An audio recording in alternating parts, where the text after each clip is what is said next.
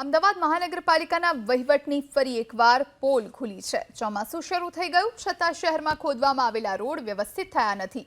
ડ્રેનેજની કામગીરી માટે ખોદવામાં આવેલા કેટલાક રોડ હજુ પણ એવી જ હાલતમાં છે। શહેરના વન મોલથી જીએમડીસી સુધીના માર્ગ પર ખોદકામ કરવામાં આવ્યું। કામગીરી તો પૂર્ણ થઈ ગઈ પરંતુ રોડ હજુ ઉબડખાબડ છે। તેના કારણે વાહન ચાલકો અકસ્માતનો ભોગ બને છે। મહાનગરપાલિકાના મતે 178 સ્થળોએ બ્રેકડાઉન થવાની સંભાવના છે। જો ઝાપટું પડે તો પણ લોકોને ભારે મુશ્કેલીનો સામનો કરવો પડે તેવી સ્થિતિ।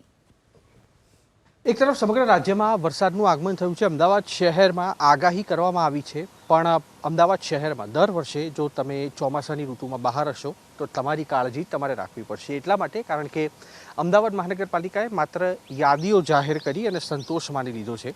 હાલ અમે છીએ એ સ્થળ ઉપર કે જે બ્રેકડાઉન થવાની સંભવત જગ્યા છે, જે છે અમદાવાદ વન મોલથી લઈને જીએમડીસી સર્કલ સુધીનો માર્ગ।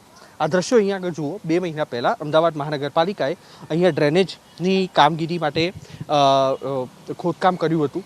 અત્યારે પરિસ્થિતિ આ પ્રકારની છે। એટલું જ નહીં, 1-1.5 અઠવાડિયા પહેલાં એબીપી અસ્મિતાએ જ્યારે અહીંયા આગળ તપાસ કરી હતી, રિયાલિટી ચેક કર્યું હતું, તે વખતે પણ આ પ્રકારની પરિસ્થિતિ હતી, જ્યારે કે હકીકતમાં 1 જૂન સુધીમાં અમદાવાદ શહેરના તમામ રોડ રસ્તા ઉપર ખોદકામ બંધ કરવાના આદેશ હતા। પણ આ સ્થળ છે ત્યાં આગળ ખોદકામ તો પૂર્ણ થયું, પણ તેની બાદનો રોડ અહીંયા આગળ જુઓ।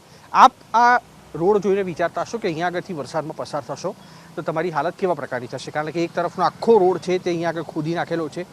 શરૂઆત થાય છે ત્યાં આગળ બેરિકેડિંગ કરેલું છે, અને એટલું જ નહીં, અમદાવાદ મહાનગરપાલિકાએ આ જે પર્ટિક્યુલર માર્ગ છે તેને બ્રેકડાઉન માટેના સંભવિત સ્થળોમાં પણ તેનો ઉલ્લેખ કરેલો છે। એટલે કે 2 મહિનાની કામગીરી બાદ પણ કોર્પોરેશન છે તે જવાબદારી લેવા તૈયાર નથી કે અહીંયા આગળ ભૂવો નહીં પડે, અહીંયા આગળ ભૂવો પડશે, અને તેના માટે અમદાવાદ મહાનગરપાલિકાએ તેની યાદી જાહેર કરીને જે સંભવિત સ્થળો છે તેમાં આ વિસ્તારને આવરી લીધો છે।